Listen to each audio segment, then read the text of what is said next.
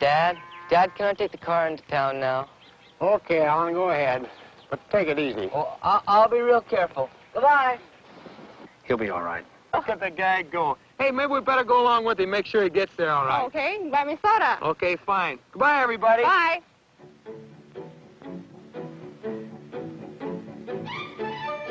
So, there went Alan with his new driver's license, and Frank and Betty right behind, on as nice a summer day as you could wish for. Many people are aware of the concept of peak oil, and that we are reaching the limits of our dependency on oil, and that therefore the age of cheap oil is nearing its end. And what peak oil basically means is you get to this point where it becomes geophysically more difficult for you to actually extract the oil from the ground, and so your oil production begins to decline and it just won't go back up. The question that is on people's minds is, when globally are we likely to peak, and what is that going to mean for industrial civilization?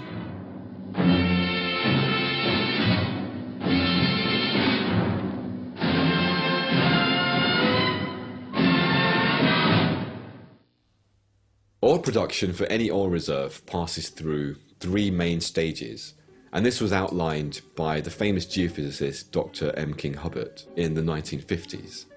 And he said, first of all, production begins at zero. It will then rise exponentially. It will then hit a midway point where you've depleted half your reserves.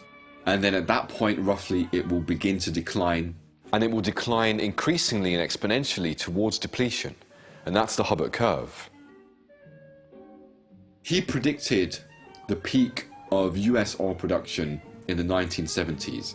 And when he predicted that, most of the people in the oil industry at the time said that you're a pessimist, you're a doomsayer, it's not going to happen, we've got abundant oil reserves. And he turned out to be right. His prediction was absolutely accurate. US oil production did peak in the 1970s and subsequently declined. And the US is now a major net importer of oil. It's heavily dependent on foreign oil reserves. So the issue of peaking in oil is a historical reality. It's not a theory as such.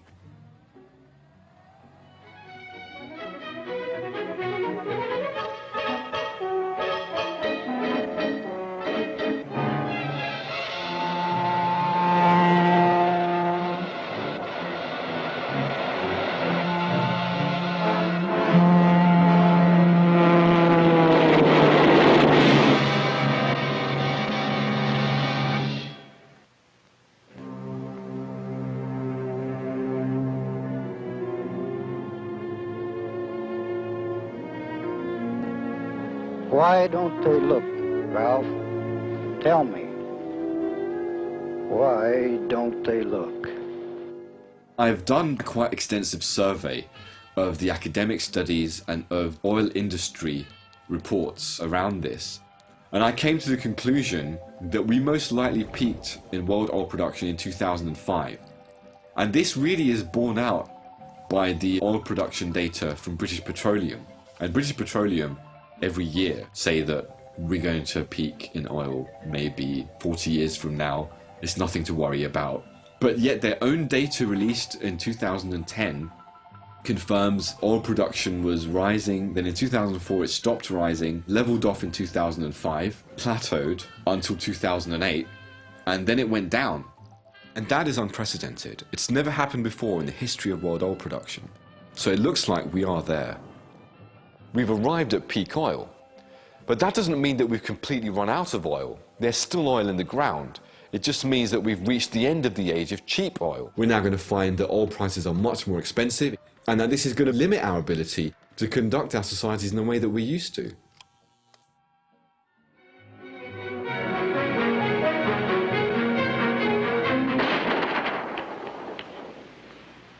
What's it to you? At this very moment, you are looking at a film whose acetate base was made with petroleum. You can even hear oil. It's in the plastic and musical instruments. Chances are your day starts with oil. Synthetic glycerin in toothpaste or alcohol in your shaving lotion. What it comes down to is that the oil industry has to please Mrs. Martin and millions just like her. Already today, she's used some 87 petroleum products, including the plastic bacon wrapper and the wax of the milk carton. She'll top 100 before the day is over. So are there any alternatives to conventional oil? Well, I think we have a problem with all mineral energy resources. For example, unconventional oil, such as tar sands and oil shale. It's increasingly clear that the energy return on investment, the amount of energy that you get out compared to how much you put back in, is very, very small compared to cheap oil. And it's just not going to be enough to actually meet demand. And of course, the other issue with tar sands is that it's environmentally very, very exhaustive. It relies on billions of cubic feet of natural gas just to produce a couple of barrels of oil. You need to have extensive fresh water, extensive sources of energy. The whole process is very, very intensive and long. So tar sands and oil shale are really not going to help. Natural gas might be able to fill the gap a little bit, but again, it's not going to last beyond a couple of decades. With coal production, again, estimates vary, but increasingly a number of studies are showing coal production will peak in around 2025, something like that. And that could really only be offset by new discoveries, and I don't think we're going to have many new discoveries of coal. However, an atomic energy power plant has already proved feasible. The future supplying of electric power to entire cities is far from impossible, while nuclear power in locomotives, submarines, ships, and even very large airplanes may all but revolutionize future transportation on land, sea, and air. You know, a lot of people say that nuclear energy is the magic bullet that will solve all of our problems. It's fossil fuel free, and it's a powerful source of energy to replace fossil fuels, to fuel industrial levels of growth. The problem is that it's not fossil fuel free. Many studies prove that there are fossil fuels emitted in almost every aspect of the process of exploiting nuclear energy, from going out and mining and extracting the uranium, transporting it, milling it, processing it, and then in the process of waste disposal as well. All of these things require fossil fuel intensive activities. So the question is, what source of energy can we rely on? Hey, Judy, how about a couple of eggs this morning? Okay, dear. Oh, but get a move on or you'll be late. It's a great life, eh, Bob? When you stop to think about it, we take a lot for granted. And why shouldn't we? But you know, somebody has to look after the things we take most for granted. Somebody's got to know, for example, how much electricity we'll need every hour of the 24. So certainly, renewable energies are absolutely the way forward. Solar energy, wind energy, geothermal energy, wave.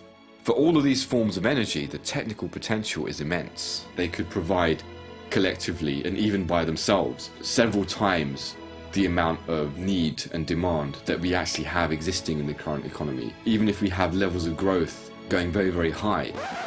But there is a problem. First of all is that scaling up renewable energy practically, you need to have it positioned in the right way, in the right areas. You then need to have that electricity transported across vast distances. That obviously will require huge inputs of fossil fuel resources to actually scale up that process. I think ultimately when you look at those practicalities, it's clear that despite the large technical potential, there's no way that renewable energies would be able to scale up in time to meet industrial levels of growth and industrial levels of demand.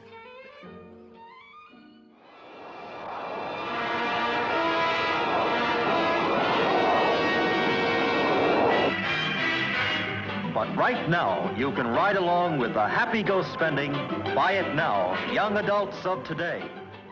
Does that mean that we don't live the high life? In some ways, yes. But does it mean that we revert back to this kind of Stone Age existence? No, it doesn't. It's not saying that it's the end of the world, but it's saying that it's the end of a particular form of industrial civilization which is based around unlimited growth and unconstrained interference with the natural environment.